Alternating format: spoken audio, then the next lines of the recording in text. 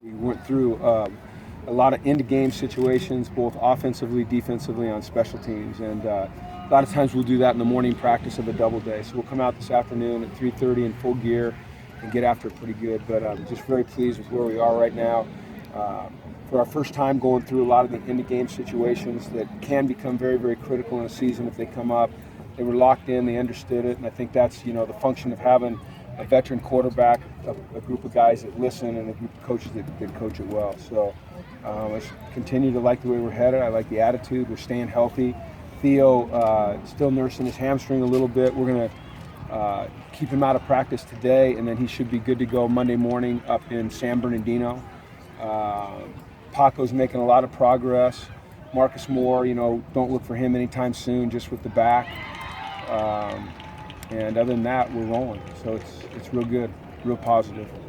Mike's been gone the last 2 days. Yes, he has. He's got an excused absence. Yeah, he's got an excused absence from us. Is there any chance he's left the team? He's got an excused absence from us. Do you have an expectation for when he'll return? He's got an excused absence from us. You guys, DB-wise, led the Pac-10 in pass defense. Is there a next step they can take, or is it just kind of maintaining what they did last year? You got all those guys back.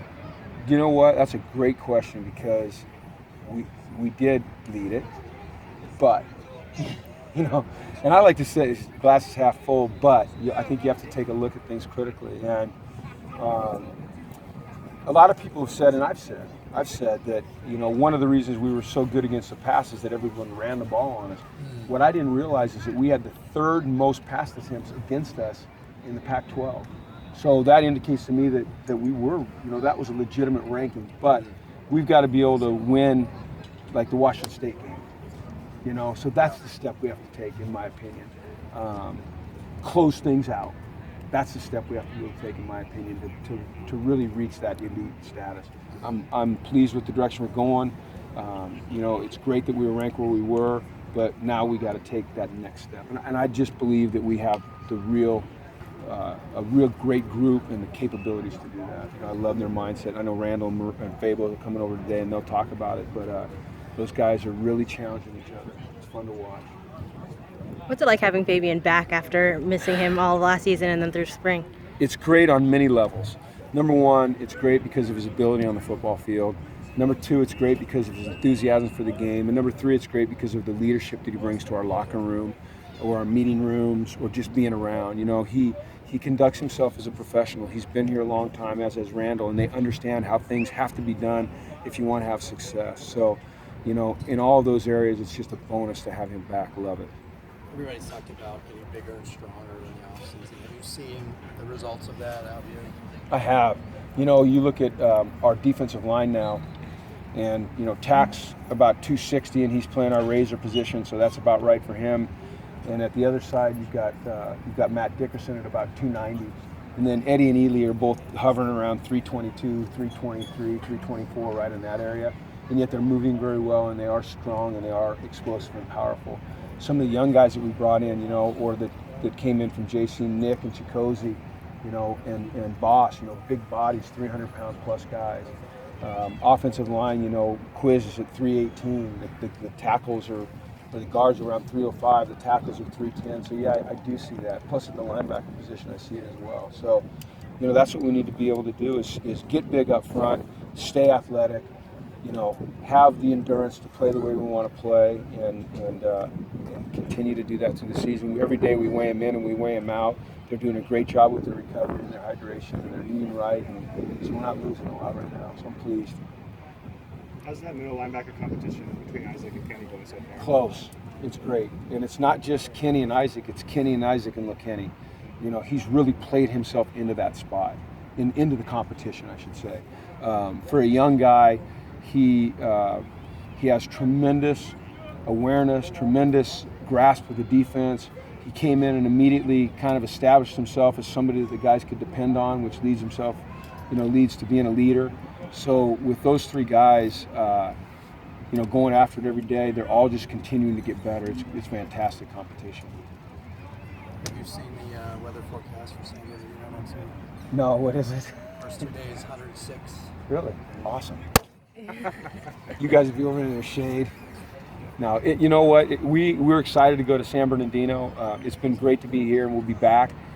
But for us to be able to go up there for 6 days, and they've just done an amazing job for us up there. The facilities are fantastic. The food is good. The fields, we have a lot of field space. We're on grass, which I think we need to get on grass for a while. You know, the heat will be a challenge.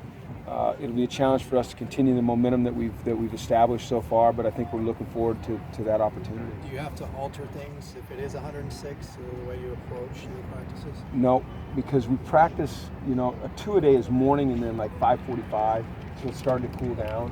A 1-a-day is 3:30, and that's, you know, we want it to be intense. The thing that we are very aware of all the time is just, you know, heat exhaustion. You know, you guys remember when Corey Stringer died, you know, with the Minnesota Vikings, and up until that point, people hadn't paid a lot of attention to, you know, the conditions, the heat. And I was in the NFL at the time, and we all had to take courses on, you know, recognition of heat exhaustion and heat-related illnesses. And so that's something that we're always very, very aware of. We've got the cold tub set up. We've got paramedics on site.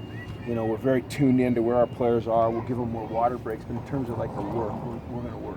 In what ways do you think just 1 week in San Bernardino will help instead of maybe 2, where maybe in that second week guys are a little bit worn down? See, that's a great question too, and you're hitting the nail right on the head. Is what I found is that